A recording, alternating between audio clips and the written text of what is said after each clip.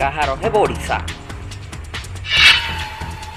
ଓଡ଼ିଶାରେ BJD BJP କଡ଼ା ଟକ୍କର। ଓଡ଼ିଶା ବିଧାନସଭା ନିର୍ବାଚନରେ ବିଜେଡି ବିଜେପି କଡ଼ା ଟକ୍କର। ଏହାରି ଭିତରେ ଓଡ଼ିଶାରେ ହେବ ଝୁଲା ସରକାର ବୋଲି ଆକଳନ କରାଯାଉଛି।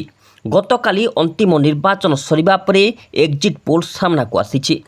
ଦେଶରେ ପୁଣି ଥରେ ତୃତୀୟ ଥର ପାଇଁ ବିଜେପି ସରକାର ଗଢ଼ିବାକୁ ଯାଉଥିବା ବେଳେ ଓଡ଼ିଶାରେ ଥିବା 21ଟି ଲୋକସଭା ଆସନରୁ ବିଜେପି 15ରୁ 18ଟି ଆସନ ହାତେଉଥିବା ବେଳେ ବିଜେଡି 4ରୁ 6 ଆସନରେ ସୀମିତ ରହୁଥିବା ଏକ୍ଜିଟ୍ ପୋଲ୍ ରିପୋର୍ଟରୁ ଜଣାପଡ଼ିଛି।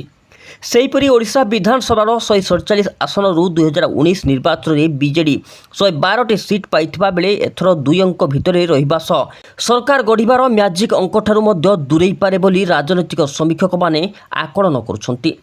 ସେହିପରି 2019ରେ ବିଜେପି 23ଟି ଆସନରେ ସୀମିତ ଥିବାବେଳେ ଚଳିତ ନିର୍ବାଚନରେ ଚମକାଇଲା ଭଳି ରିଜଲ୍ଟ ଦେଇପାରେ ବୋଲି ଅନୁମାନ ଲଗାଇଛନ୍ତି ରାଜନୈତିକ ପଣ୍ଡିତମାନେ। ସେହିପରି କଂଗ୍ରେସ ମଧ୍ୟ 8ରୁ 10 ସିଟ୍ ଭିତରେ ସୀମିତ ରହିପାରେ ଯଦି ଓଡ଼ିଶା ବିଧାନସଭାକୁ ନେଇ ଦେଇଥିବା ଏକ୍ଜିଟ୍ ପୋଲ୍ ବାସ୍ତବରେ ପରିଣତ ହୁଏ, ତାହେଲେ ସରକାର ପରିବର୍ତ୍ତନ ସମ୍ଭାବନା ରହିଥିବା କୁହାଯାଉଛି। ବାସ୍ତବରେ ଏ ନିର୍ବାଚନ ଫଳାଫଳ କାହା ସପକ୍ଷରେ ଯିବ ତାହା ଆସନ୍ତା 4 ତାରିଖରେ ହିଁ ସ୍ପଷ୍ଟ ହେବ।